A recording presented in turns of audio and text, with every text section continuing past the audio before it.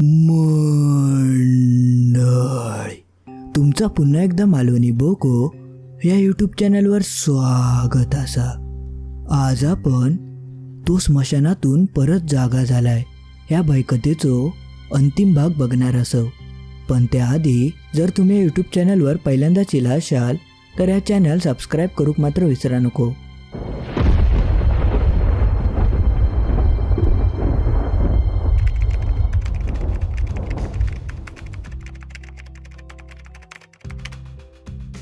कालच्या भागात आपण बघितलं की सखो अमन आणि काव्याक सांगत होतो की तुम्ही या गावासून निघान जावा, तुमच्या दोघांच्या जीवा खूप मोठो धोको असा.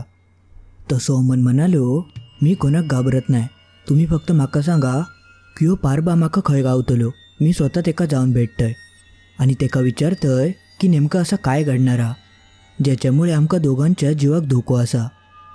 तेवढ्यात काव्या म्हणाली, कशाक जातं, तू काय म्हणता तर तू ऐकलंच नाही, पारबा किती भयंकर असा तो, तरीसुद्धा तू तुझं जीव धोक्यात कशाक घालतं, त्यापेक्षा आपण दोघांनी आहे ना निघून जाऊया. पण त्यावर अमन कायच बोललो नाही. त्यांनी सख्याचो हात पकडल्यान आणि तो तेका कॉटेजमधसून बाहेर घेऊन इलो आणि त्याच्याकडसून पारबा खंय रावता ह्या सगळं विचारून घेतल्यान आणि बघता बघता तो पारबाक भेटाक निघालो. हैना सरळ 60 पावला चल्लास की तुम्ही गावाबाहेर पोचतलास, थंय तुमका 2 पायवाटा गावतले. सख्यान सांगितल्याप्रमाणे अमन त्या पायवाटांपर्यंत जाऊन पोचलो. थंयना 2 पायवाटा जायत होते. एक पायवाट होती ती मुख्य रस्त्याक मिळायची आणि दुसरी पायवाट एका जंगलात जायची. पण सख्यान सांगितल्याप्रमाणे तेका त्या जंगली पायवाटेन जाऊचा होता. मग अमनसुद्धा त्या वाटेन जाऊक लागलो. ती पायवाट एकदम घनदाट जंगलात जायत होती. सख्यान तेका सांगितलेला होता की त्या पायवाटेन सरळ चलत रावलास की तुमका पुढे एक मोठा अवाढव्य वडाचं झाड दिसतला. अमन त्या वडाच्या झाडापर्यंत जाऊन पोचलो. थंयचा जंगल एवढा घनदाट होता की दिवसासुद्धा त्या मरणाचो काळोख पडलो होतो. अक्षरशः सूर्याची किरणा जमिनीवर पडाक घाबरत होती, एवढा थंय घनदाट जंगल होता. अमन त्या वडाच्या झाडापर्यंत येऊन पोचलो होतो. सखो सांगता सांगता म्हणालो होतो की त्या वडाच्या झाडापासून सरळ पुढे गेला की एक कोरडी विहीर गावता आणि त्या विहिरीकडनं समोर बघितलास की समोर तुमका दिसतली त्या पारब्याची मसानवाट. मग तसं अमन त्या कोरड्या विहिरीकडे गेलो आणि त्यांनी समोर बघितल्यान तर ते काही स्मशानभूमी दिसली. पण त्या स्मशानात कोणच दिसत नाही होता, फक्त दिसत होते ते झाडांवरचे पक्षी आणि ते विचित्र आवाज काढत होते. आणि थंयच्या त्या भयानक शांततेत ते पक्ष्यांचे आवाज खूपच भयानक वाटत होते.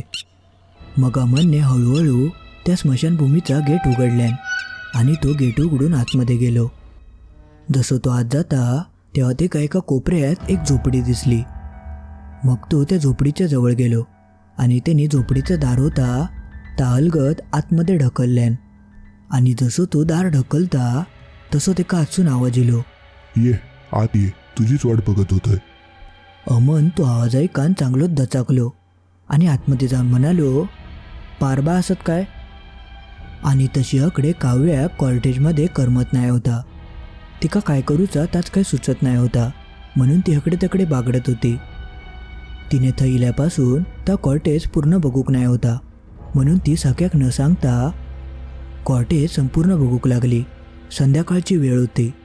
बघता बघता ती कॉटेजच्या एका वेगळ्याच भागाकडे इली.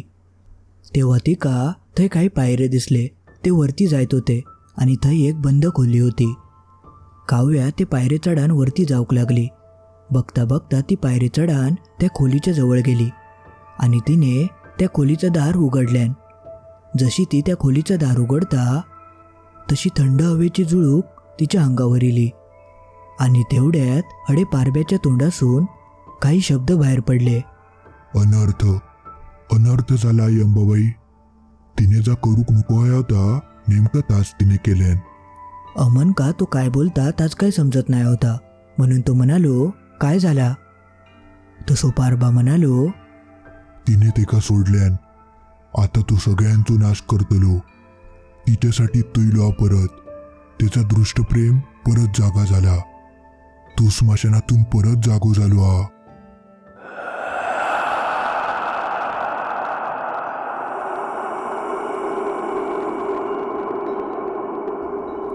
तो मनीस चांगलोच घाबरलो आणि ओरडान म्हणालो, कोणाबद्दल बोलतास तुम्ही?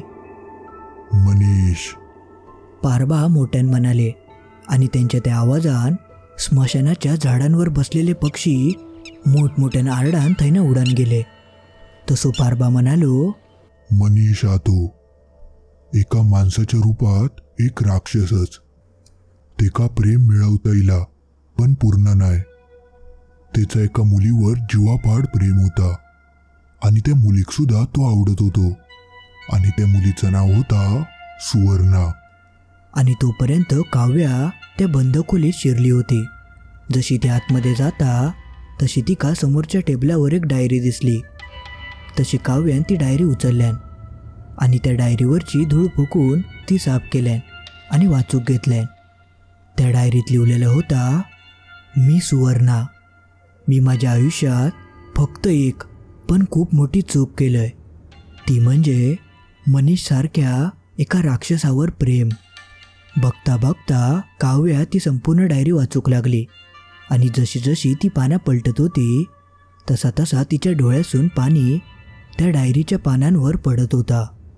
आणि तसं पारबा अमनका सांगत होतो, मनीष का त्याचं प्रेम मिळवसाठी खूप कष्ट करूचे लागले आणि ते का त्याचं प्रेम सुद्धा मिळाला होता. पण सुवर्णाच्या घरच्यांनी तिचा दुसरीकडे लग्न ठरवल्याने आणि जेव्हा ही बातमी मनीषच्या कानावर पडली तेव्हा मनीष का चांगलोच राग गेलो आणि त्या रागाच्या भरातच मनीषने सुवर्णाक न कळता सुवर्णाच्या घरच्यांचो निर्गुणरित्या खून केल्यान. आणि त्यांनी त्यांचं इतकं क्रूर आणि निर्गुणरित्या खून केलेलो होतो की जणू राक्षसच करू शकता. पण सुवर्णाक यातला कायच माहिती नाही होता. तेव्हा ती का चांगलोच धक्को बसलो होतो आणि तिच्याकडे फक्त आता मनीष ह्यो एकमेवच आधार उरलो होतो.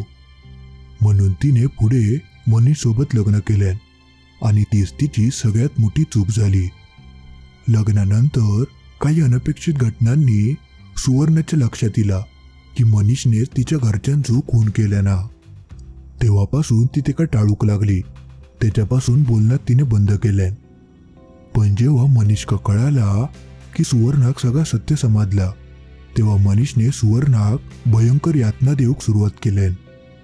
पुढे पुढे तर सुवर्णाची हालत एवढी वाईट झाली की ती का जगण्यापेक्षा मरण सोपा वाटाक लागला. आणि एक दिवशी अमन घरात नसलेल्याचा फायदो घेऊन तिने आपल्या घरातल्या पंख्याक गळपास लावून घेतल्यान आणि ती त्या दिवशी मरण पावली. आणि ज्यावेळी मनीषने त्या सगळं दृश्य बघितल्यान तेव्हा ते का त्या सगळा सहनच झाला नाही. ते का तो धक्को सहनच झालो नाही. त्यामुळे त्यांनी त्या धक्क्यातच आपल्या बाजूच्या एका विहिरीत उडी मारल्यान आणि आपले जीवन संपवल्यान. पण त्याचा दृष्ट आत्मा त्या घरातच कैद झालो आणि जशी काव्या गावात इली तशी त्याची राक्षसी वृत्ती परत जागी झाली आणि आता तो काव्याक घेऊन जाऊ केलो हा. तो तिका आपल्यासोबत घेऊन जातलो.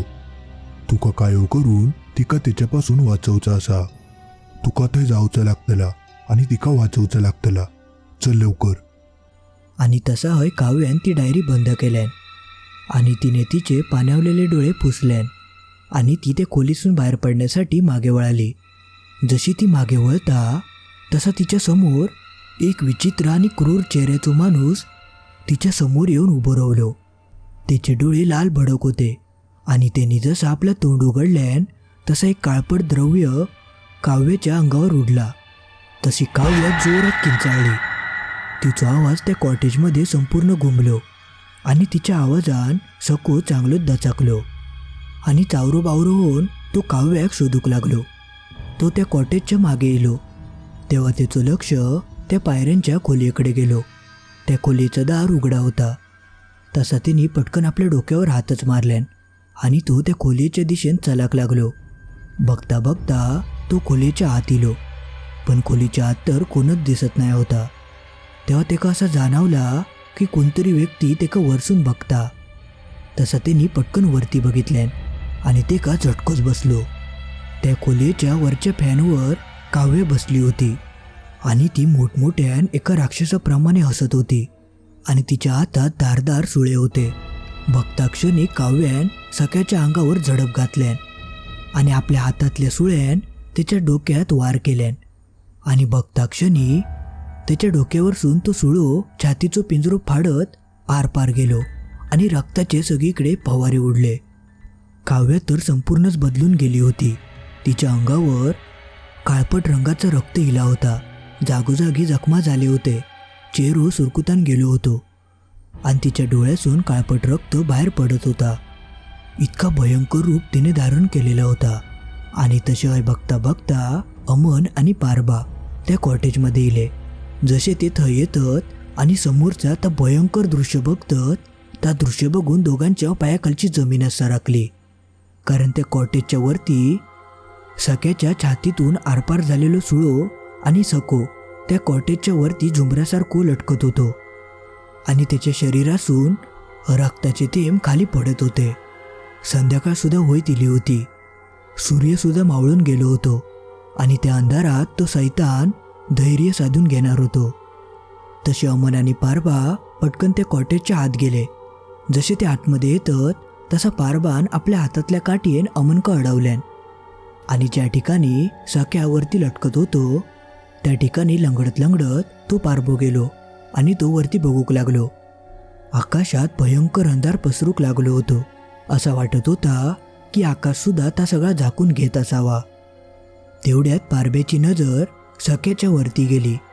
सख्याच्या वरती काव्या बसली होती आणि तिच्या हातात सुळो होतो जो सख्याच्या आरपार गेलो होतो. तसा पटकन काव्यान तो सुळो काढल्यान.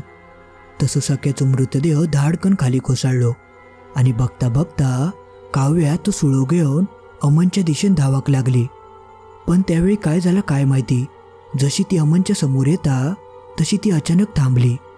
असं वाटत होता की ती काव्या होती जिने आपल्या आतल्या मनीषका अडवू पाहत होती. ती मोठमोठ्यान रडत होती, धडपड करत होती. पण मनीष तिच्यावर चांगलंच हावी झालो होतो. ती ते का जास्त वेळ अडवू शकत नाही होती. तेवढ्यात पारबा त्या दोघांच्या जवळ जाऊक लागलो आणि बघता क्षणी खूप मोठं अनर्थ झालो. काव्यान पटकन आपल्या हातातलं सुळो पारब्याच्या मानेतच घुसवल्यान आणि बघता क्षणी पारबा जमिनीवर कोसळलो आणि जागीच मरण पावलो. पण अमनका मात्र आपल्या प्रेमाक वाचवसाठी कायव करूची तयारी होती. तसं अमन काव्याक धरूसाठी पुढे सरसावलो आणि त्याच्या तोंडासून काही शब्द बाहेर पडले. तो म्हणत होतो, काव्या, तुका माझ्या प्रेमाची शपथ असा. तू अशी हार मानू नाही शकत. तू लढ त्याच्याशी, तू जिंकू शकतं. आणि मनीष मात्र अमनवर वार करूक बघत होतो आणि बघता क्षणी अमन का काव्यान एका क्षणार्धातच दूरवर भिरकावून दिल्यान आणि तो धक्को इतको जबरदस्त होतो की अमन लांबवर जाऊन कोसळलो. त्याची अक्षरशः छातीच्या हाडात तुटली होती. मरणाचे जखमा झाले होते आणि त्याच्यासून रक्त व्हावाक लागला होता. अमन अक्षरशः तडपडत होतो. काव्या आता पूर्ण मनीषच्या अधीन झाली होती. तशी काव्या सरपटत सरपटत पारब्याच्या दिशेने जाऊक लागली आणि बघता क्षणी तिने त्या पारब्याच्या मृतदेहासून तो सुळो खेचून बाहेर काढल्यान आणि ती अमनच्या दिशेने येऊक लागली. तिच्या चेहऱ्यावर एक क्रूर हास्य उमटूक लागला होता. ती अक्षरशः सुळो जमिनीवर घासत घासत येत होती. बघता बघता ती त्याच्या जवळ येली आणि आपल्या हातातलं सुळो त्याच्या अंगावर उगारल्यान आणि काही क्षणार्धातच तिने तो सुळो तिच्या पोटात घुसवल्यान. तेवढ्यात एक मोठा आवाज झालो. तो आवाज अमनच्या हाडा तुटण्याचा होतो. बघता बघता अमनच्या डोळ्यासमोर अंधारी पसारली आणि ते का तो काव्याचो सुंदर चेहरो दिसाक लागलो. तशी काव्या जोर जोरात हसाक लागली आणि म्हणाली, ही आता माझी झाली. काय अमन, तू हिका वाचवू शकलंच नाही. आता मी हिका घेऊन जातलय. आणि हकडे अमन मात्र आपले शेवटचे घटका मोजत होतो. तेवढ्यात ते का आपल्या डोळ्यासमोर काहीतरी अंदूकसा खाली पडलेला दिसला. पण ता नेमका काय होता ता काय तेका समजत नाही होता. पण तेका समोर काव्याचो सुंदर चेहरो दिसत होतो आणि जणू तो तेका ताकद देत असावो. बघता बघता अमन का अचानक ताकद येऊक लागली. कदाचित काव्याच्याच प्रेमान तेका ती ताकद दिली असावी. तसं अमन कसोबसो उभं राहिलो आणि सरकत सरकत त्या वस्तूंकडे गेलो आणि त्यांनी ते वस्तू उचलल्यान. तेव्हा तेका समजला ते पारव्याच्या हातातले कवडे होते. पण तेवढ्यात काव्या त्याच्या मागसून इली आणि एका क्षणार्धात तिने आपल्या हातातलं सुळो त्याच्या पायात घुसवल्यान. अमन का ता सगळा सहनच झाला नाही. तो जोरात किंचाळलो. बघता बघता त्याच्या हातातले कवडे परत जमिनीवर कोसळले आणि त्याच्यासोबत अमनसुद्धा कोसळलो. अमनने आता तर संपूर्ण आशा सोडलेली होती. पण परत ते का अचानक काय झालं काय माहिती. त्याने ते पडलेले सगळे कवडे गोळा केल्यान आणि ते आपल्या हातात घेऊन मनातल्या मनात म्हटल्यान, आई जगदंबे, माका या राक्षसापासून लढाक ताकद दे. असा मनान तिने आपली सगळी ताकद एकवटल्यान आणि तो उठान उभं राहिलो. तशी काव्या त्याच्या जवळ येऊक लागली. तसा अमनने अजिबात वेळ न घालवता पटकन काव्या घट्ट मिठी मारल्यान आणि ती का घट्ट मिठीत घेऊन तिच्या कानात जोरजोरात दुर्गा कवच म्हणाक लागलो. आणि तशी काव्या वारावर वार करूक लागली.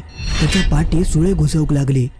तसो अमन जोरात म्हणालो, काव्या, माझा तुझ्यावर खूप प्रेम असा आणि तू काय राक्षसाच्या तावडीसून बाहेर येऊचा असा. तुका वाचाचा असा. माका जन्मभर तुझ्यासोबत रवाचा असा. काव्या, बाहेर ये. काव्या, बाहेर ये. वाचव स्वतःक. आई जगदंबे, ताकद दे. तेवढ्यात जोरात आवाज झालो आणि बघता बघता काव्या बेशुद्ध पडली आणि तिच्यातल्या मनीषका कोणतरी जोरात खेचून घेतल्यान. ती दुसरी तिसरी कोण नसान, ती सुवर्णा होती. सुवर्णान अमनका काव्याक परत केलेला होता आणि त्या राक्षसाक ती नरकात खेचून घेऊन गेली आणि त्यानंतर त्या कॉटेज मुक्त झाला. आणि जाता जाता सुवर्णान अमनका झालेले जखमासुद्धा घेऊन गेली होती. त्याच्या अंगावर आता एकव जखम नाही होती आणि त्याची काव्यसुद्धा सुखरूप वाचली होती. मंडळी, आज पुरता एवढाच. तुमका ही भयकथा कशी वाटली त्या कमेंटमध्ये नक्की कळवा. आणि तुम्ही जर इथपर्यंत बघितलाच असाल तर लाईक करणं तर अनिवार्य असा. त्यामुळे लाईक केल्याशिवाय जाऊ नको. आणि अजून तुम्ही या चॅनल सबस्क्राईब करूक नसाल तर लगेच सबस्क्राईब करून टाका. ह्या चॅनलवर असेच आगेवेगळे भयकथा येतच असतात. चला तर मग लवकरच भेटूया अशीच एक भयकथा घेऊन पुढच्या भागात.